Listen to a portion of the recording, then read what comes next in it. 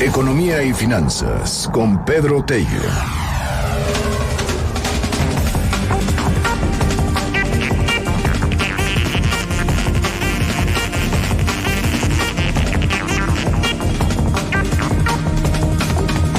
Son las 7 de la mañana con 36 minutos. En mayo aumenta la desocupación y subocupación a escala nacional. En 21 de 32 entidades, o sea, en 21 de 32 estados, el desempleo crece. A esto súmele usted los datos presentados hace unos días por el Instituto Mexicano del Seguro Social, datos que después el mismo IMSS desestimó y el gobierno también se molestó mucho por sus propios datos, cuando pues daba cuenta el IMSS de que en mayo se habían creado empleos nuevos formales registrados ante el IMSS, pues únicamente 3,900, una cosa por el estilo. Pedro Tello, qué gusto saludarte, muy buenos días. Luis, qué gusto saludarte a ti y a quienes siguen este espacio. Muy buenos días también. Si mayo fue un mes difícil para el empleo en el sector formal de la economía, de acuerdo con los datos que tú acabas ahora mismo de recordar que publicó hace unos días el Instituto Mexicano del Seguro Social, mayo tampoco fue un buen mes para el mercado laboral desde la perspectiva de la evolución del desempleo. De acuerdo con la información que ayer dio a conocer el INEGI, en mayo pasado, la tasa de desocupación en México escaló del 3.2% en mayo del año pasado a 3.5% en mayo del 2019. Es decir, estamos hablando del porcentaje de personas en edad de trabajar que buscaron una ocupación en el sector formal de la economía, tocando puertas,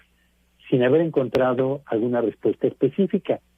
Pero a ese incremento en el desempleo, Luis Auditorio, también se sumó un aumento en el porcentaje de las personas que buscan una ocupación adicional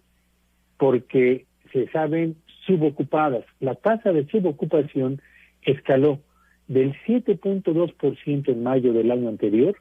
a 7.6% de la población en edad de trabajar en mayo del 2019. Además, el porcentaje de las personas que hoy en día tienen un empleo,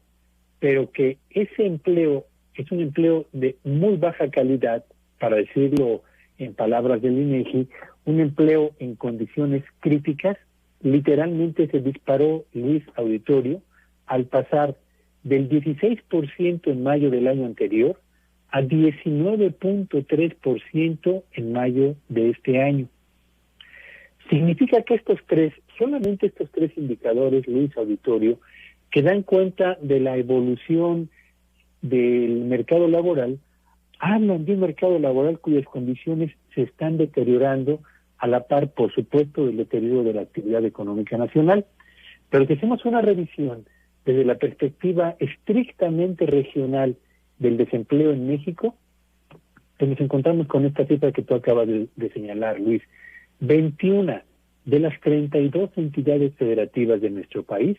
presentó en mayo pasado un aumento en su tasa de desempleo.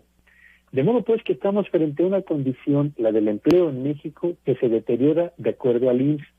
frente a un indicador, el desempleo en el territorio nacional, que está avanzando a escala nacional, pero también lo está haciendo en la mayor parte del territorio nacional, y un país, Luis Auditorio, cuya economía se enfría y cuya factura empieza a pasarla a la economía de los hogares por la vía de pérdida en fuentes de ingreso por vía de empleos o por las crecientes dificultades para hallar alguna oportunidad laboral en el mercado de trabajo en México, Luis. Estamos llegando a mediados del presente año con signos poco alentadores en uno de los indicadores que el presidente de la República, hoy candidato hace algunos meses, señalaba que iban a formar parte de sus prioridades de gobierno en el arranque de su gestión. Vaya datos del IMSS y del INEGI sobre el desempleo, Luis.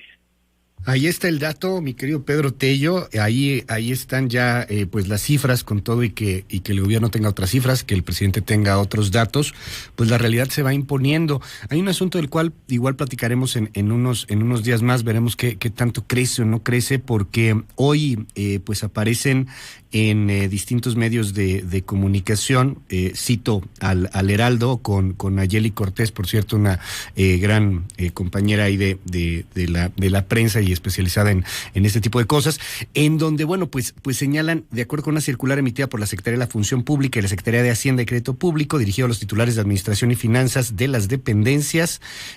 podría venir un recorte de hasta 5,000 servidores públicos de la carrera de la Administración Pública Federal bajo este concepto de retiro voluntario. Se vence el plazo este fin de semana, Pedro. Podría ser que mucha gente de aquí al lunes pues se quede sin chamba por estas medidas de recorte, de austeridad, de quien no se quiera salir, de que pues al final van a tener que estar haciendo ahí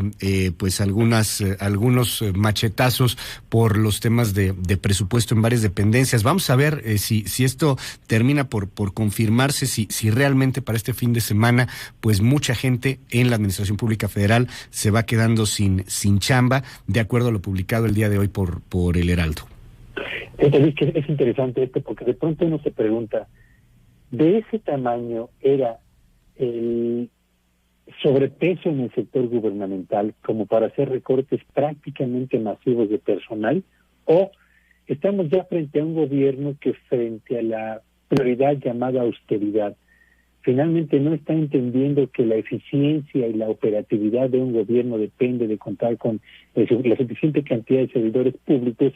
y lo que está haciendo es lanzar a la calle a servidores públicos que van a dejar áreas sin atención, población sin recibir respuesta, trámites sin avanzar, y yo diría cuestiones de operación gubernamental que van a entorpecer no solamente la relación entre el gobierno y la sociedad, sino de manera muy especial el cumplimiento de las obligaciones que el gobierno constitucionalmente tiene que atender para con la sociedad mexicana. Yo agregaría nada más una cosa muy rápidamente, Luis. No solamente habrá retiro voluntario, sino también este fin de semana vencen los contratos temporales que muchos servidores públicos habían suscrito hace 3 meses, y habrá que ver cuántos de ellos se van a renovar y cuántos de ellos van a terminar por cancelarse. Suena que va a ser una crisis para la primera semana de julio, porque mira, si sucedió esto con el IMER, por ejemplo, que ya estaban anunciando el despido de 200 trabajadores de la radio del medio público, esto pues va mucho más allá de los 200. Nada más la Secretaría de Agricultura, por ejemplo, te estaría hablando de 688 servidores públicos que tan pronto como este fin de semana se quedan sin chamba. La siguiente semana, que ya este problema pues esté en la palestra nacional, que ya empecemos a ver los datos de cuáles contratos temporales renovaron o cuáles no, cuáles sí se fueron con retiro voluntario o cuáles no. Vamos a ver qué es lo que, pues qué respuesta es la que tiene al final el gobierno federal, porque lo peor, hay un sector privado que está con muchísima desconfianza y que pues evidentemente no está contratando gente, no se están abriendo nuevas plazas, no se está abriendo nada. Qué complicado panorama, qué mala noticia las que estamos recibiendo, Pedro, en materia laboral, porque es el perfecto aditivo para pues que la situación vaya haciéndose más grave de una manera más rápida. Sí, Luis, y además va a ser interesante, muy interesante el discurso del presidente de la República del próximo lunes 1 de julio, porque entonces está inevitablemente obligado a presentar sus cifras, esas que dan cuenta de un país que según esto está creciendo y está creciendo bien, y de un mercado laboral que según el presidente está caminando de manera bastante favorable. Ojalá, Luis Auditorio, que el lunes no nos encontremos con la repetición de ese discurso priista o panista de quienes encabezaron la presidencia de la República y que nos pintaban un país de las maravillas que contrastaba con la realidad que en el día a día vive la mayor parte de las familias en el territorio nacional.